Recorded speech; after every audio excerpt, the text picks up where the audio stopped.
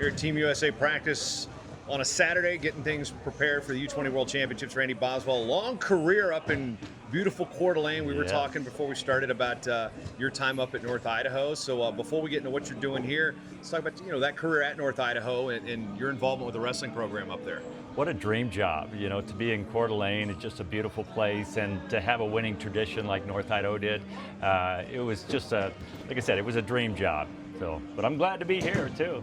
So your role, as far as with the medical staff, it's a lot of staff here, a lot of moving parts. So what are you and the staff all concerned with on these trips?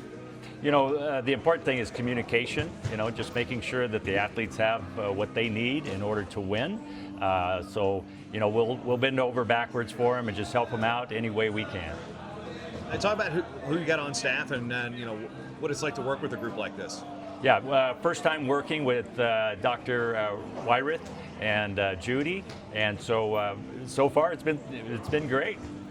So when it comes to medical professional athletic training and all those that come with it, the medical staff, obviously this is an age group event, but the meticulousness and the attention to detail for you and your compatriots here, I mean, that's the important thing, right? Right, yeah, we try to do the best we can, and again, our top priority are the athletes and making sure that they have everything that they need in order to be successful.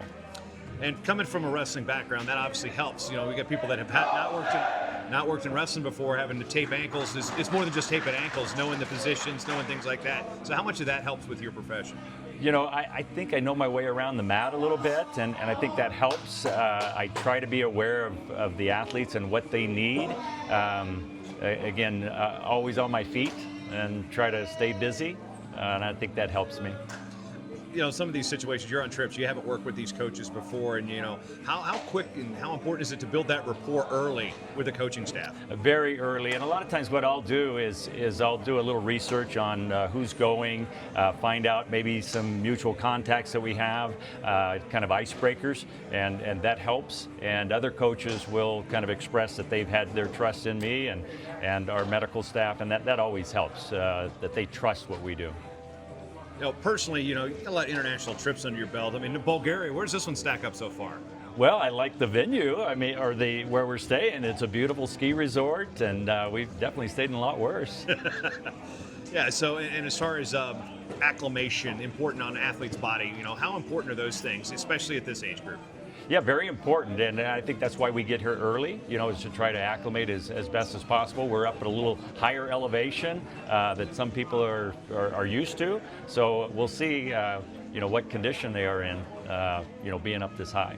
What's it important for an athlete to do in a higher elevation when you're 8-9 hours off from your normal body clock?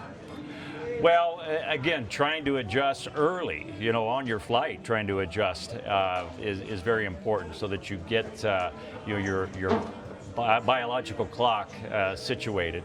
And, these guys are in shape, they're ready to compete, and I don't think the altitude is going to bug them too much.